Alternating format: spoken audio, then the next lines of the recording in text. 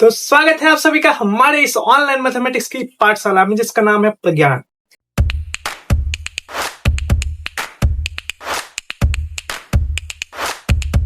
जैसा कि आप लोग जानते हैं कि हम लोग यहाँ पे सॉल्व करते हैं 11th क्लास की मैथमेटिक्स, लेकिन आज मैं आपको सॉल्व करके दिखाने वाला हूँ 9th क्लास की मैथमेटिक्स। बहुत सारे बच्चों का कमेंट आ रहा था और ऑफलाइन में बच्चे बोल रहे थे कि सर 9th का क्लासेस स्टार्ट करिए, तो आज से मैं हर अल्टरनेट डे पे 9th की क्लास भी लेने वाला। 9th की क्लास मैं पूरा नहीं लेने वाला हूँ। एक्चुअली क्या है कि 2026 में इंडियन गवर्नमेंट ने 9th की बुक चेंज करी है, तो उसमें मैथमेटिक्स की जो बुक आई है, आई स्वेयर बहुत ही बेहतरीन मैथमेटिक्स की बुक है। इस मैथमेटिक्स की बुक में इतना बेहतरीन सारे क्वेश्चंस हैं, इतने बेहतरीन क्वेश्चन है कि अच्छे अच्छे लोगों की हालत खराब हो जाने वाली बनाने में, क्योंकि जो क्वेश्चन दिए गए हैं वो थोड़े से अपर माइंड वाले दिए गए हैं। मतलब कि अगर आप थोड़ा सा भी मैथ अच्छे से समझते हो तो आप क्वेश्चन को समझ पाओगे। अगर आप अच्छे से क्वेश्चन को फील करते हो तो ही आप क्वेश्चन को सॉल्व कर पाओगे, वरना नहीं सॉल्व कर पाओगे अगर आप ऊपर ऊपर से मैथ पढ़ रहे हो तो इसी कारण से मैंने एनसीईआरटी शुरू करी और वैसे ही वो क्वेश्चन बताने का शुरू किया है जिसपे स्टार मार्क दिया हुआ है। आपने देखा होगा, अगर आपने 9th क्लास की एनसीईआरटी उठाई है तो आपने देखा होगा कि हर एक्सरसाइज के लास्ट में एक एंड ऑफ चैप्टर है और एंड ऑफ चैप्टर में बहुत सारे क्वेश्चन पे स्टार मार्क दिया हुआ है और उस स्टार मार्क के लिए कुछ डिस्क्रिप्शन भी आगे दिया हुआ है। जो बुक है उसके बारे में जो डिस्क्रिप्शन दिया गया उसमें दिखा गया है कि ये क्वेश्चंस थोड़े से एडवांस लेवल के हैं।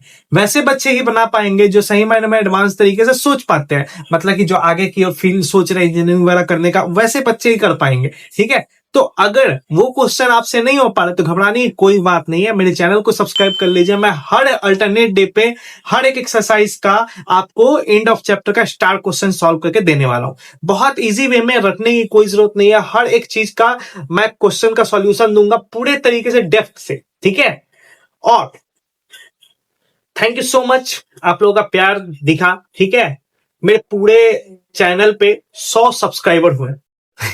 सुन के अच्छा लगा, सुन के हंसी आती होगी आप लोग की। 100 सब्सक्राइबर क्या होता है सर? यूट्यूब पे 100 सब्सक्राइबर का कोई वैल्यू नहीं होता। हाँ ठीक है, नहीं होता। 100 सब्सक्राइबर कुछ भी नहीं होते, बहुत ज्यादा सब्सक्राइबर होने चाहिए कुछ भी यूट्यूब पे अगर फेमस होना है तो। लेकिन शुरुआत तो छोटे से ही होती है ना।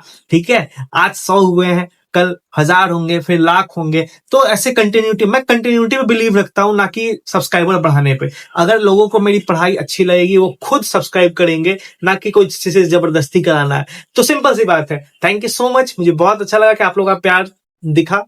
कुछ बातें भी करूंगा लास्ट में जब एक्सरसाइज कर दूंगा, क्योंकि बहुत सारी चीजें आसपास चल रही है, मुझे लगता है कि बात करनी चाहिए। दैट्स वाई आपको नॉलेज भी होगा, कुछ नॉलेजेबल बात भी करेंगे, लेकिन इस एक्सरसाइज को खत्म करने के बाद। तो शुरू करते हैं आज का एक्सरसाइज और देखते हैं आज का पहला चैप्टर का पहला स्टार क्वेश्चन कौन सा है। ओके, तो मैंने शुरुआत करा है एनसीईआरटी के पहले चैप्टर से जिसका नाम है कोऑर्डिनेट ज्योमेट्री। वैसे इसका नाम कुछ और है लेकिन ये कोऑर्डिनेट ज्योमेट्री है। ठीक है, तो कोऑर्डिनेट ज्योमेट्री अगर आपने पढ़ा है तो आपको ये क्वेश्चन अच्छे से समझ पाएगा। सबसे पहला स्टार क्वेश्चन है, आपको ऊपर में क्वेश्चन दिख जाएगा, बट मैं पढ़ के सुना देता हूं। आर द पॉइंट्स, कुछ पॉइंट दिए गए हैं M A G on the same straight line. बताना है कि ये क्या ये सेम स्ट्रेट लाइन पे है। Suggest a method to check this without plotting and joining the points. आपको किसी ग्राफ पे प्लॉट नहीं करना पॉइंट को और ज्वाइन नहीं करना, आपको बताना है मेथड कि किस मेथड से आप बताएंगे कि ये सभी के सभी जो है सेम लाइन पे वर्क करते हैं, मतलब सेम लाइन पे लाई करते हैं। ओके, तो आइए क्वेश्चन को सॉल्व करते हैं। क्वेश्चन है जिसमें से पॉइंट दिए गए, प्लॉट नहीं करना है आपको। पहले पॉइंट दिया गया है एम दिया गया है हमें 3-4। ठीक है, ओके। दूसरा ए दिया गया है हमें, ठीक है, ए दिया गया है 0 0। ठीक है, और एक और दिया गया है जी, ये दिया गया है आपको 6 और 8। तो आपको बताना है कि ये सभी जो है एक ही लाइन पे लाई करते हैं, कैसे बताना है। तो एक मेथड पढ़ना है आपको कोऑर्डिनेट ज्योमेट्री में, वो है आपका कोलिनियर मेथड। कोलिनियर में क्या होता है कि जब कोई लाइन तो जब कोई 3 पॉइंट एक ही स्ट्रेट लाइन पे होते हैं तो कोलिनियर को यूज किया जाता है। तो हमें बताना है कि ये तीनों लाइन कोलिनियर है, तो हमें इसको यूज भी करना होगा। तो इसको कैसे यूज करते हैं, यहां से यहां तक का डिस्टेंस जो होगा, यहां से यहां तक का जो डिस्टेंस होगा, दोनों का सम होगा इन दोनों के डिस्टेंस के सम के डिस्टेंस के बराबर। मतलब कि पहले आपको यहां से यहां तक का डिस्टेंस निकालना होगा, फिर आपको यहां से यहां तक का डिस्टेंस निकालना होगा, और दोनों का सम करके इन दोनों के सम के इन दोनों के डिस्टेंस के बराबर आना चाहिए। ओके, तब आप कह सकते हैं कि ये लाइन जो है, ये जो है तीनों जो है एक ही लाइन पे लाई करते हैं। ओके, तो अब यहां पे प्लॉट करते हैं हम इसको, ठीक है। या फिर आप अगर 3 पॉइंट दिए गए हैं और अगर आप ट्रायंगल का एरिया निकाल रहे हैं ट्रायंगल के बेस पर, तो ट्रायंगल का एरिया अगर 0 आ जाए तो भी ये लाइन तीनों पॉइंट जो है एक ही लाइन पे होंगे, क्योंकि तीनों के तीनों जो है एक ही लाइन पे, तभी उनके एरिया जो है 0 आएंगे। तो हम क्या करते हैं, पहले आपको जो है तीनों लाइनों को एक ही लाइन, तीनों को जो है प्लॉट करके दिखाते हैं। सपोज करते हैं कि ये तीनों जो है अलग अलग पॉइंट है, सपोज करता है, ठीक है। ये तीनों तीनों एक ही लाइन पे नहीं है, ठीक है। तीनों तीनों एक ही लाइन पे नहीं है, ठीक है, अलग अलग पॉइंट पे। तो इसको मान लेते हैं एम, ठीक है। इसको मान लेते हैं ए, और इसको मान लेते हैं जी, ठीक है। तो कोलिनियर का रूल ये होता है कि जब कोई तीनों लाइन एक ही, 3 पॉइंट जब एक ही लाइन पे होते हैं तो इसको कोलिनियर कहते हैं। तो अगर ये इसका एरिया 0 आ जाएगा तो इसका मतलब ये है कि ये तीनों लाइन जो है कोलिनियर है। तो कैसे करेंगे इसको देखेंगे हम। जब हम लोग एरिया निकालते हैं ट्रायंगल का, तो फॉर्मूला एक होता है हमारा x1, ठीक है, bracket y2 minus y3 plus x2 y3 minus y1 plus x3 y1 minus y2, ये होता है आपका, ठीक है। तो अगर ये 0 आ जाए, ठीक है ना, तो आपका जो है से प्रूफ हो जाएगा कि आपका जो है पॉइंट जो है एक ही लाइन पे लाई करता है, ठीक है। तो कैसे करेंगे, किसी एक को x1 मान लेंगे, इसको x1 मान लेते हैं, इसको y1, इसको x2 y2, x3 y3, ठीक है, x3 y3। ओके, तो x1 क्या है हमारा, मान लेते हैं -3 है, ठीक है, -3, y2 माइनस y3, तो y2 ये है हमारा, y3 ये है, ठीक है, प्लस x2 क्या हो जाएगा हमारा, x2 हो जाएगा 0, ठीक है, और 0 के साथ कुछ भी माइनस करेंगे तो 0 ही आएगा, प्लस प्लस y3 क्या हो जाएगा हमारा, x3 क्या हो जाएगा हमारा, x3 हो जाएगा 6, और ये आ जाएगा आपका, ठीक है, y1 माइनस y2, तो y1 क्या है आपका -4, ठीक है, और माइनस y2 होता है, तो y2 क्या है आपका 0, ठीक है। अब आप देखो, हाँ जी, ठीक है, अब आप देखो, ठीक है, तो ये आपका हो जाएगा माइनस, सॉरी, मल्टीप्लाई करेंगे तो हो जाएगा आपका ये 8 था ना, हाँ ठीक है, ठीक है, माइनस इसको मल्टीप्लाई करेंगे -24, ठीक है।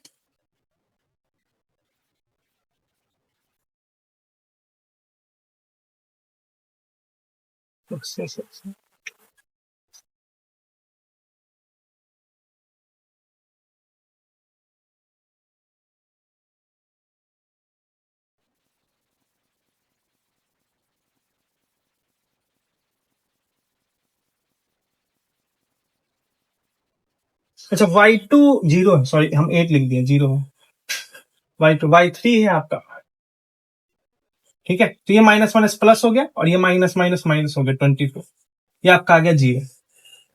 तो जब एरिया ऑफ द ट्राइंगल 0 होता है तो इसका मतलब ये है points are lie on the same line, points are lie on the same line. तो आपने अगर पढ़ा होगा कोऑर्डिनेट पूरा, तो ट्रायंगल का एरिया पढ़ना है कोऑर्डिनेट में। तो ट्रायंगल का एरिया 0 अगर हो जाता है तो इसका मतलब ये है कि सारे के सारे पॉइंट जो है आपके एक ही लाइन पे है, क्योंकि वो पॉइंट्स क्या है, कोलिनियर है। तो ये आपका मेथड हो गया, 0 मैंने सिद्ध करके दिखाया, इसका मतलब ये है कि सारे के सारे पॉइंट जो है कोलिनियर है। दूसरे क्वेश्चन पे चलते हैं, क्वेश्चन नंबर 6 था स्टार क्वेश्चन का, क्वेश्चन नंबर 6 था, ठीक है। दूसरे क्वेश्चन पे चलते हैं। ओके, तो नेक्स्ट क्वेश्चन लिया है कि यूज योर मेथड प्रॉब्लम 6 में जो अभी मैंने यूज करा method to check if the points, 7 में भी वही दिया हुआ है, पॉइंट्स कुछ दिए गए हैं, कह are on the same line. आप बताइए कि वही मेथड यूज करके बताइए कि ये क्या सेम लाइन पे है, और आप जो है प्लॉट करके दिखाइए इसको, ठीक है। उसमें प्लॉट नहीं करना था, इसमें प्लॉट करके दिखाना है कि क्या ये स्ट्रेट लाइन में है, ठीक है ना। Plot, now plot both the set of points, check your answer, ठीक है। तो प्लॉट करते हैं, ठीक है। तो प्लॉट करते हैं, सबसे पहले ग्राफ बनाते हैं, ठीक है। मान लीजिए मैंने एक ये पेपर लिया, पेपर का सीट लिया, जिसमें मैंने इस तरीके से एक लाइन खींच दी, ठीक है। और हमें प्लॉट करना है एक्स का वैल्यू जो है +5 -5 ले लो, 1 2 3 4 5, 1 2 3 4 5। ये मैंने नापा नहीं है, ठीक है ना, मैं मेजर करके नहीं ले रहा हूं, हो सकता है पॉइंट्स ऊपर नीचे हो जाए, तो आप जो है गलत सलत मत कहना। y का वैल्यू ले लेता हूं मैं, 12 तक है तो 2 का ले लेता हूं, क्योंकि ज्यादा हो जाता है फिर। 2 4 6 8 10 12।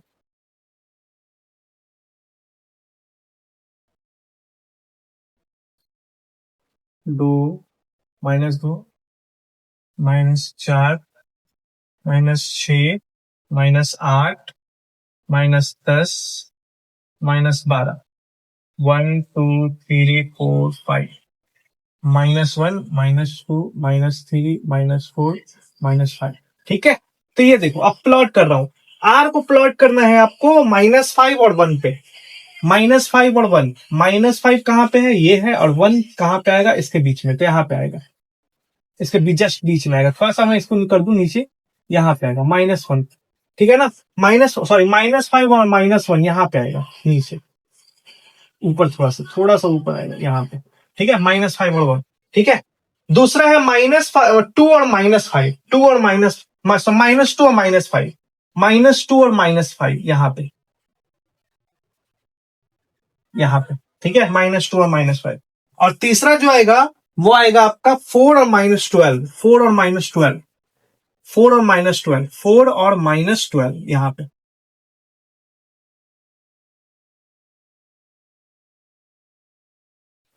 तो आप अगर इसको स्केल से देखोगे ना, ठीक है, तो ये थोड़ा सा आपको और तरीके से दिखाई देगा। ये आपका मैंने तिरछा हो गया, ठीक है ना। ये प्लॉटिंग आप सही तरीके से करना, क्योंकि जब आप ग्राफ पे बनाओगे, ग्राफ पेपर पे, तो ये सटेगा नहीं,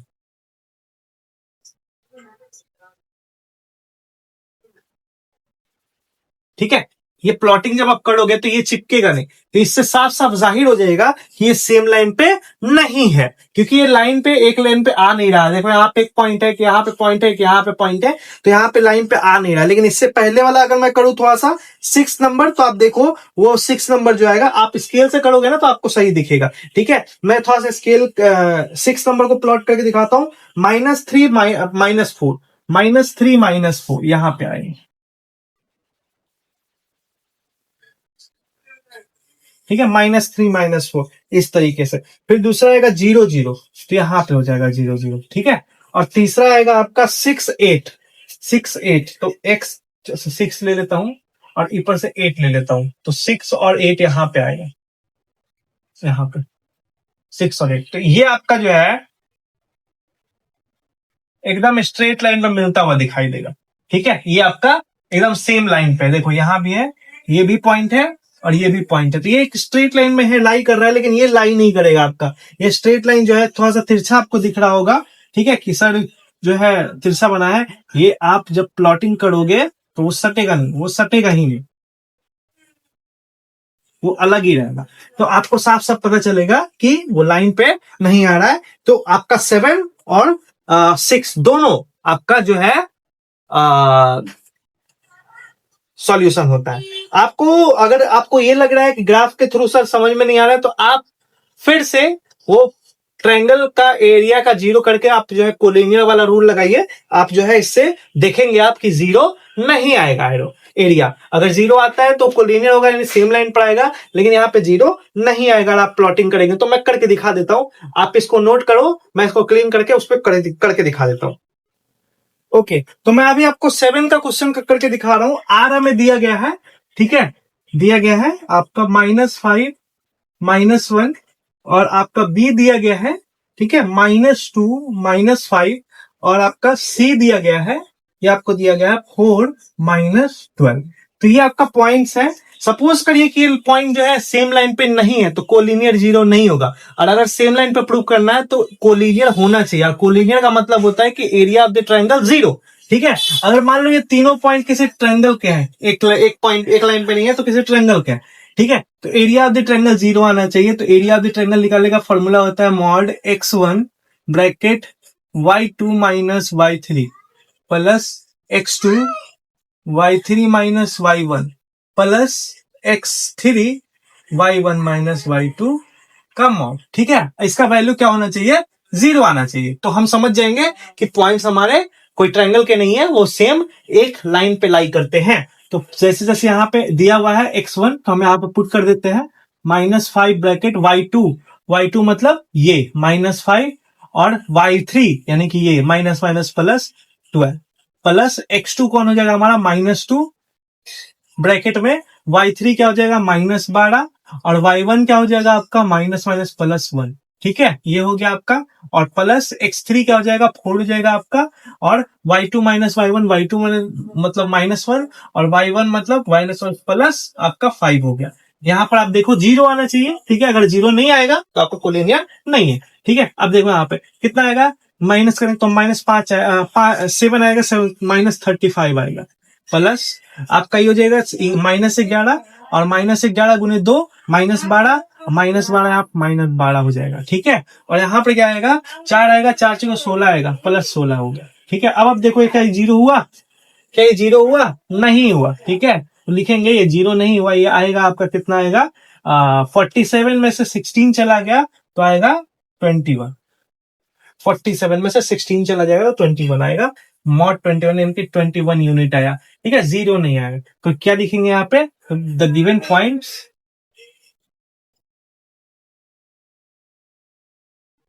are not lie on the same line. So दोनों क्वेश्चन को मैंने सॉल्व करके आपको दिखा दिया। एक लाई करता था क्योंकि एरिया जीरो आया, और एक लाई नहीं कर रहा क्योंकि एरिया जीरो नहीं आया। नेक्स्ट क्वेश्चन को देखते हैं।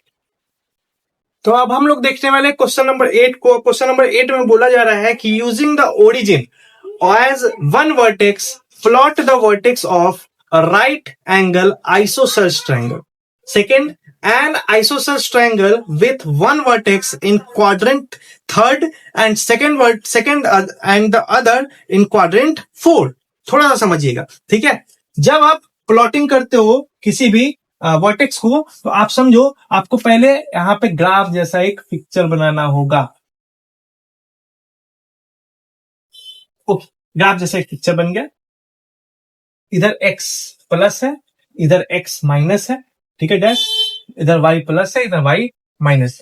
कह रहा है पहले क्वेश्चन में कि one vertex as sorry origin as a one vertex. तो ओरिजिन तो हमारा ये होता है, ये वन वर्टेक्स हो जाएगा, ठीक है, एक हो गया।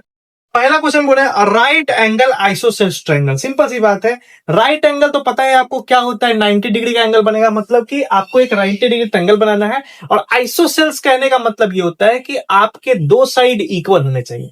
तो सपोज करिए कि यहां से यहां तक 1 यूनिट है, और यहां से यहां तक हमने ले लिया 1 यूनिट, इसको भी 1 यूनिट ले लिया, और यहां से इसको मिला दिया ऐसे। ये आपका जो बना है 1 यूनिट, क्योंकि दिया हुआ नहीं है तो हमने 1 यूनिट मान लिया है, इसको भी मान लिया 1 यूनिट, ठीक है। तो ये हमने प्लॉटिंग कर दी, आपका यहाँ पे 90 डिग्री का एंगल बन गया। एक वर्टेक्स जो है आपका ओरिजिन पे है, 0 0 पे, ठीक है ना, 0 0 पे। तो आपका आंसर जो है क्लियर आपके सामने बन गया है, question number 1।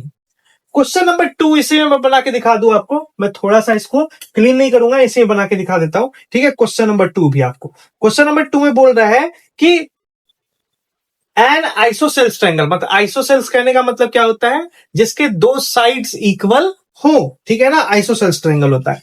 Isosceles triangle with one vertex in quadrant third and other is quadrant क्या है, क्वाड्रेंट फोर्थ। एक वर्टेक्स आपका ठीक है, यहाँ पे थोड़ा सा मैं प्लॉटिंग कर दूं, ठीक है ना, 1 2 3, 1 2 3, 1 2 3, 1 2 3, ठीक है, मैंने 3 3 ले लिया। अब इसमें आइसोसेल्स करना, आइसोसेल्स का मतलब होता है दो साइड इक्वल होने चाहिए।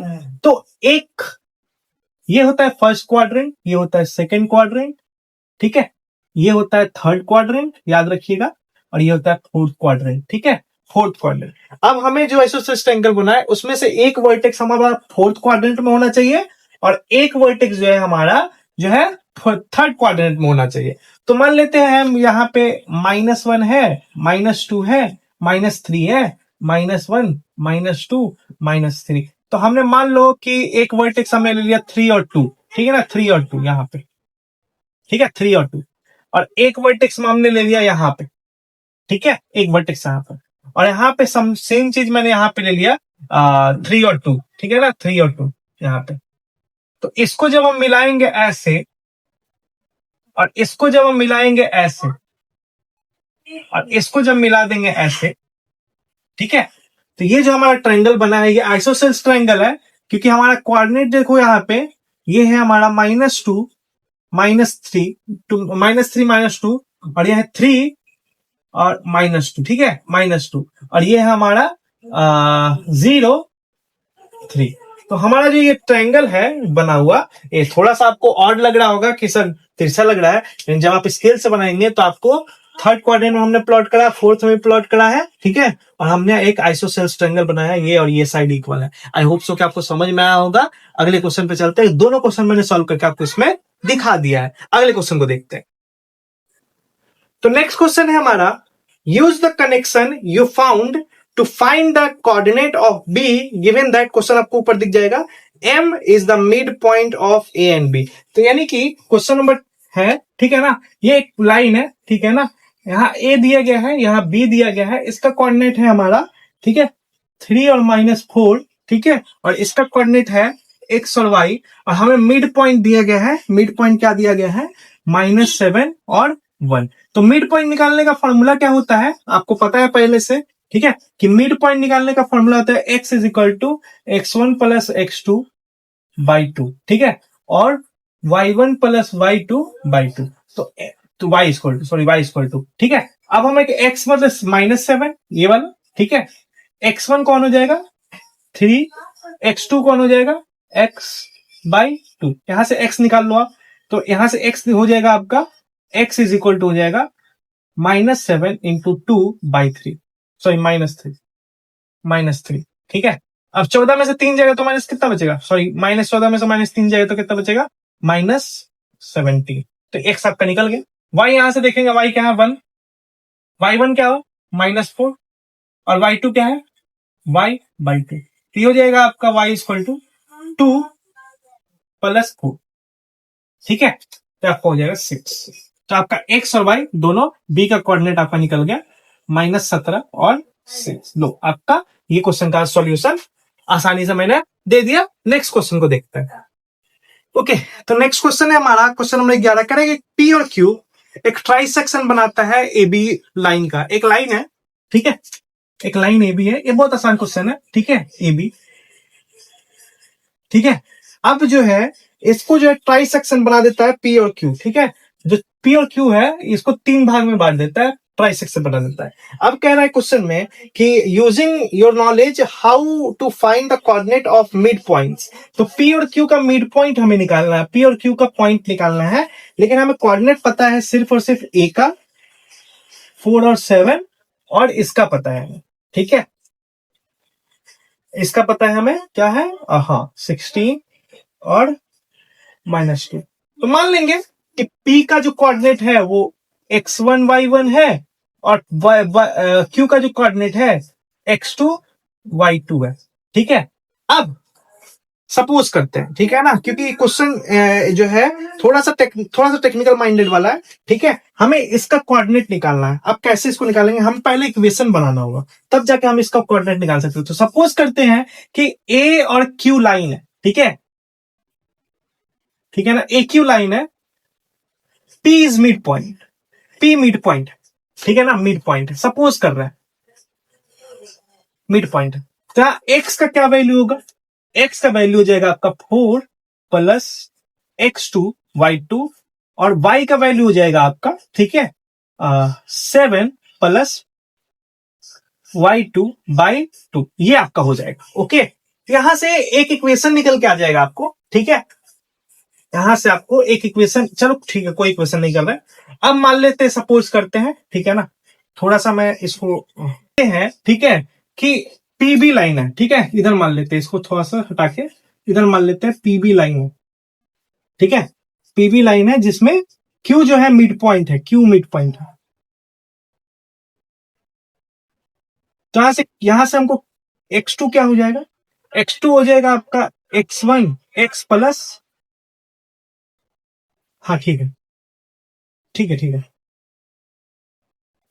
ठीक है, x1 प्लस हो जाएगा आपका 16/2, और y2 हो जाएगा आपका, ठीक है, y2 हो जाएगा आपका y1 माइनस 2/2, ठीक है। अब अगर हम यहाँ पे x1 के जगह पे ये पूरा पुट कर दें तो क्या समझ में आएगा आपको, अगर हम x1 के जगह पे ये पूरा पुट कर दें, ठीक है, पूरा पुट कर रहा है, x1 के जगह पे ये पूरा फंक्शन पुट कर रहा है, 4 प्लस x2/2 प्लस 16/2, इसको कैलकुलेट करेंगे तो क्या आएगा, इसको पहले कैलकुलेट करेंगे तो आएगा ये 4 प्लस x2 प्लस 32/4, ठीक है। अब इधर से हम x2 को भेज देंगे इधर, ये x2 है, ठीक है, इज इक्वल टू x2, ठीक है, यहाँ पे 4 को इधर भेज दो, ठीक है, तो ये हो जाएगा आपका कैलकुलेट करके 4x2, सॉरी यहाँ पे कर देता हूं, 4x2 is equal to x2 plus 36। अब इसको इधर लाएंगे तो 3x2 is equal to 36, then x2 यहां से निकल के आएगा, x2 निकल के आएगा 12, x2 जब 12 निकल गया तो x1 कितना निकल के आ जाएगा, x2 जब 12 निकल गया तो x1 कितना निकल के आ जाएगा, 12 प्लस 4 16, 8 निकल के आ जाएगा, तो आपका x1 भी निकल गया, x2 भी निकल गया, ठीक है, ये x1 हो गया आपका, ये x2 हो गया आपका। अब आपको y1 निकालना है, ठीक है, y1 और y2 निकालना है, तो उसको थोड़ा सा क्लीन करना पड़ेगा, तब जाके y2 निकलेगी।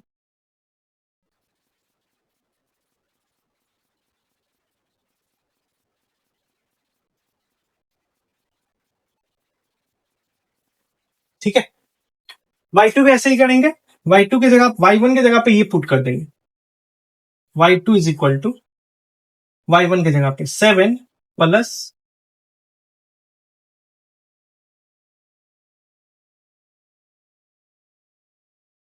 y1 की जगह पे ये पूरा y2/2 plus 2, sorry plus minus था ना, -2 -2/2, तो ये इधर आ जाएगा 2y2 इज इक्वल टू, इधर ये इससे मल्टीप्लाई हो जाएगा, सॉरी 2y2 नहीं करेंगे अभी, ये इससे मल्टीप्लाई हो जाएगा 7 प्लस y2 -4/4, ये 4 इधर आ जाएगा, ये हो जाएगा 4y2 इज इक्वल टू, ठीक है, y2 minus minus plus 3, y1 y2 इधर आ जाएगा तो y2 हो जाएगा 3 is equal to 3, then y2 equal to आ जाएगा 1, जब y2 इक्वल टू 1 आ गया यहाँ पे, ठीक है ना, y2 इक्वल टू 1, यहाँ पे y2 पुट करेंगे तो यहाँ पे आ जाएगा 4, तो आपका आंसर ये निकल के आएगा, तो आपका दोनों आंसर निकल गया। x2 कितना था, यहीं पे लिख देता हूँ, x2 आया था 12, तो ये x2 हो गया, ये y2 हो गया, ये x1 हो गया, ये y1 हो गया, दोनों का कोऑर्डिनेट हमारा निकल गया। मैं यहाँ पे लिख देता हूँ, p का कोऑर्डिनेट क्या आया, 8 और 4, और Q का कोऑर्डिनेट कितना आया, Q का आया आपका 12 और 1, ये आपका आंसर है, ठीक है। आई होप कि आपको समझ में एकदम आसान भाषा में जो रूल आप यूज करते हैं उसी रूल को यूज करके। ओके, अगले क्वेश्चन पे चलते हैं। ओके, क्वेश्चन नंबर 12 है हमारा।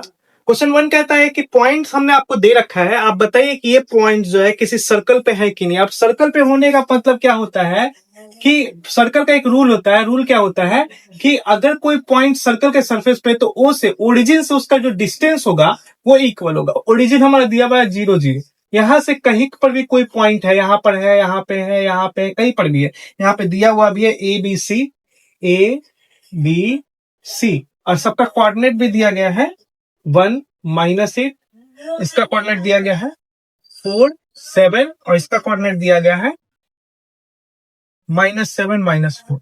तो बताना है, ये शो करना है कि ये सभी के सभी पॉइंट जो है एक सर्कल पे लाई करते हैं। मतलब कि यहां से यहां तक का जो डिस्टेंस है, यहां से यहां तक का जो डिस्टेंस है, यहां से यहां तक का डिस्टेंस है, वो सब इक्वल होगा। तो सबका डिस्टेंस निकाल लेंगे तो हमें पता चल जाएगा कि लाई करता है कि नहीं करता है। तो डिस्टेंस ऑफ सबसे पहले निकालेंगे डिस्टेंस ऑफ ओ ए।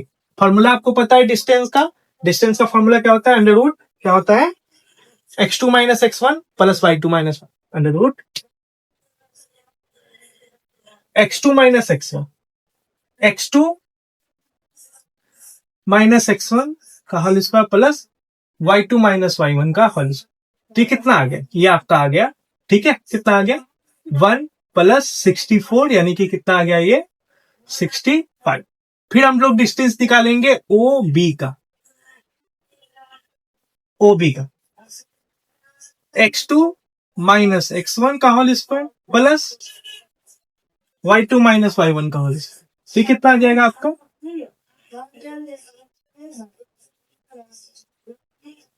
4 चौके 16 प्लस 7 7 49, 65। फिर ओसी का निकाल लेते, -7 का होल स्क्वायर फिर 65, सब इक्वल है। ठीक है, the given point lie on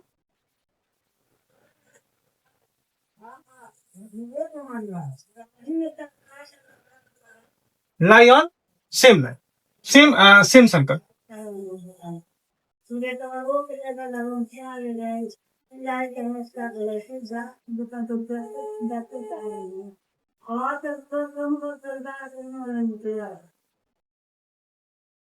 ठीक है, तो आपका ये हो गया।